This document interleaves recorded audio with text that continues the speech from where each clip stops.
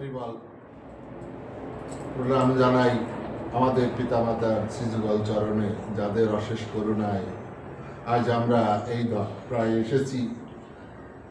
ঠাকুরের নাম করছি, সাধুসঙ্গ করছি।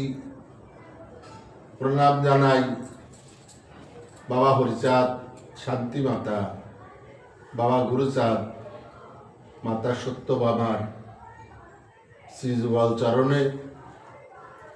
প্রণাম জানাই সকল গুরু গোসাইদের শ্রীযুগল চরণে। প্রণাম জানাই যেখানে যত হরিভক্ত আছেন এবং যানরা আমাদের এই ঠাকুরের গ্রন্থ পাঠ শুনছেন তাঁদের শ্রীযুগল চরণে। প্রণাম জানাই যেখানে যত হরিভক্ত আছেন তাঁদের শ্রীযুগল চরণে। আমাদের এই গ্রন্থ, ঠাকুরের গ্রন্থ পাঠ চলাকালীন যদি ভুল ত্রুটি হয় ক্ষমা করে দেবেন, আশীর্বাদ করবেন।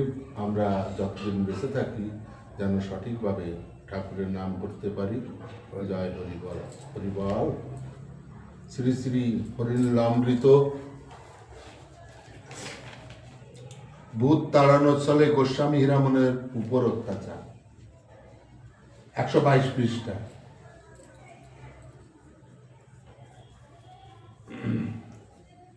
তাহলে এখানে এই হীরামনকে আলাসাদ ফকির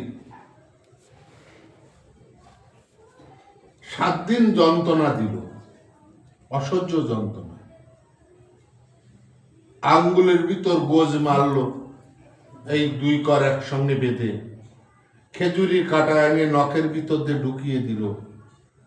বেকি দা পোড়াইয়ে জিব্বার উপর চেপে ধরল। এত কিছু দেওয়ার পরে যখন হীরামন ঠিক হলো না, তখন ওইখানকার সবাই বলছে যে যদি একে না ছাড়াতে পারো তুমি ছেড়ে দাও, এত কষ্ট করো কেন?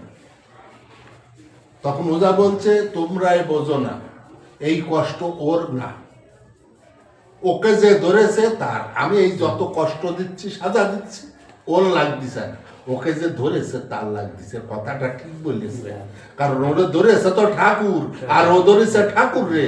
তাহলে ওর গায়ে যে অত্যাচার হচ্ছে সেই অত্যাচার লাগতেছে ঠাকুরের গায়ে। তাহলে ওই ফকির যা বলেছে মিথ্যা কথা বলে নাই, যে তোমরা দেহে কষ্ট পাও কেন, চিন্তা করো কেন, ওরে যে সাজা দিই ও তো ওর গায়ে লাগে না, ওরে যে ধরছে তার গায়ে লাগে।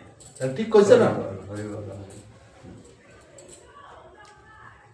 হাউ নাই করে, পাও নাই দিশে, যার দৃষ্টি তার কষ্ট, ওর কষ্ট কিসে? হীরাতে কি হীরায় আছে, সে হীরা এ নয়, তাহলে কি হারামের কাঁচা মাংস খায়? ও যে হীরামনের কথা তোমরা বলছো, ও তো সে হীরামন না।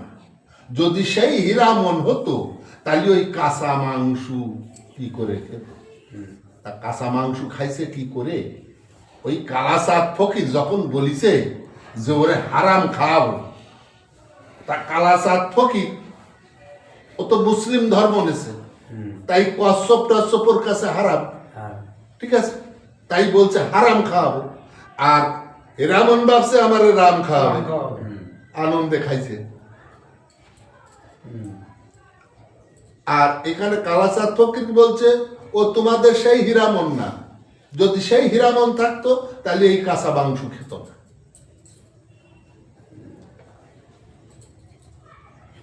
পুনর্বার বেকি অস্ত আগুনে পোড়ায়, পোড়া ঘা উপরে যবে ধরিবারে যায়। ওই যে আগে যে বেকিদা দিয়ে জিব্বার উপরে স্যাক দিছিল, পোড়া দিছিল, পুনরায় আবার বেকিদা পোড়াইয়ে ওই পোড়ার উপরে আবার পোড়া দিতে যাচ্ছে। তাহলে বোঝো কি অত্যাচার। তাই বলছে পুনর্বার বেকি অস্ত্র আগুনে পোড়ায়, পোড়া গা উপরে যাবে দরিবারে যায়। এমন সময় উঠি হুঙ্কার করিয়া, গাত্র মোড়া দড়ি দিয়া দড়ি ফেলিল সিঁড়িয়া।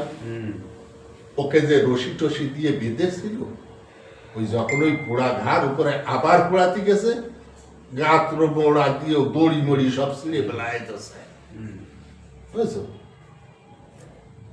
হাত ঝাড়া দিলে কাটা খসিয়া পড়িল, অঙ্গরি বন্ধন হাত মোড়াইয়ে ছিঁড়িল। হাত ঝাড়া দিছে, কাটা সব বেরিয়ে গেছে, আর ওই যে আঙ্গুল টাঙ্গুল সব বাঁধা ছিল সব মোড়া দিয়ে সব ছিঁড়ে ফেলাইছে। তাই বলছে হাত ঝাড়া দিলে কাটা খসিয়া পড়িল, অঙ্গরি বন্ধন হাত মোড়াইয়ে ছিঁড়িল। স্বাভাবিক ভাবে যে শরীর তার ছিল, ভয়ঙ্কর দেহ তার দ্বিগুণ বাড়িল। যে দেহ হীরামনের ছিল ডবল হীরামন হয়ে গেছে। ওখানে সবাই দেখতে পাচ্ছে যে ওই যে হীরামনের দেহ ছিল দুটো হীরামনের সমান ওই হীরামন হয়ে গেছে। ব্যক্তি অস্ত্র কাড়িয়া লইল অতি কোপে, আরক্ত লোচন ক্রোধে অষ্টুদার কাপে। আর ওই আলাসাদ ফকিরের ওজার হাতের বেকিটা এক টান দিয়ে কাটিয়ে গেছে, আর অষ্ট মানে রাগান্বিত হলে যা হয় হীরামনকে ওই রকম দেখাচ্ছে। ঠিক আছে, দাঁড়াইল হীরামন অপরূপ দেহ, যে দেখিল সে হইল জ্ঞান হারাম। আর তোমার এমত একজন লোককে যদি দুইজন লোক হঠাৎ হয়ে যাও, তার যে দেখবে তার কি আর জ্ঞান থাকে? সে তো জ্ঞান হারা হয়ে যাবে। তাই এখানে বলছে দাঁড়াইল হীরামন অপরূপ দেহ, যে দেখিল সে হইল জ্ঞান হারাম। সবার এখন ওই মোহ মানে কি? মোহ। আমার বলে না ওই জিনিসের প্রতি মোহ আছে, ওর প্রতি আমার কোনো মোহ নেই। যার প্রতি আমার আকর্ষণ আছে, আকর্ষণটাই মোহ। আর যার প্রতি আকর্ষণ নেই বলা হয় ও প্রতি আমার কোনো মোহ নেই, তাই না? তা তখন এর আগে তো হীরামনের প্রতি কারোর মোহ ছিল না, তাই না? ওই অপরূপ ডবল হীরামন হয়ে যখন দাঁড়াইছে, ওই অপরূপ রূপ দেখে সবার আবার হীরামনের প্রতি মোহ এসে গেছে। এটা কি হচ্ছে? ভূমিকম্প প্রায় বাড়ি নড়িয়া উঠিল, স্ত্রী পুরুষ নাই হুশ ঢলিয়া পড়িল। যখন হুঙ্কার দিছে এই করেছে, তখন ওই বাড়ি ভূমিকম্পের মতো কেঁপে উঠেছে। আর যত লোক ওখানে স্ত্রী পুরুষ ছিল তারা সব ঢলে, ভূমিকম্প হলে যেমন ঢলে পড়ে ওরকম ঢলে পড়েছে। বুঝছো? ছিল সে চৈতন্য বালা চৈকির উপরে, তার দিকে দেখে যায় বেকি অস্ত্র ধরে। কতদিনে শাস্তি ভোগী মনে বড় কোপ, ক্রোধ ভরে চৈতন্যরে মারে এক কোপ।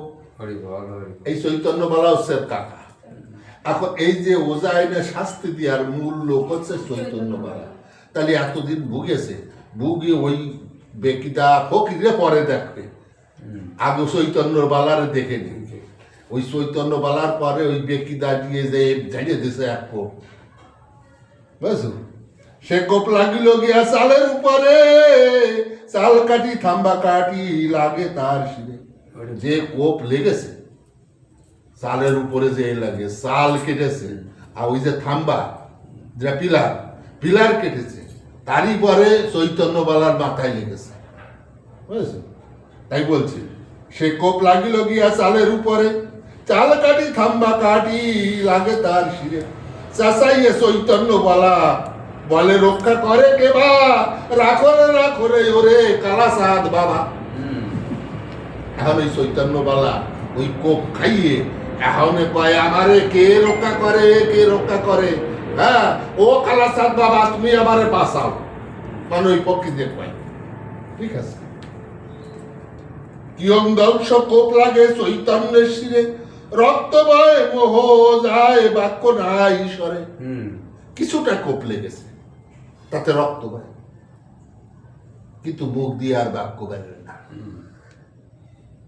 তাই বলছে কিয়ং দংশ, কিয়ং দংশ, কিয় দংশ কোপ লাগে শ্রী চৈতন্যের শিরে, রক্ত বয় মোহ যায় বাক্য নাই ঈশ্বরে।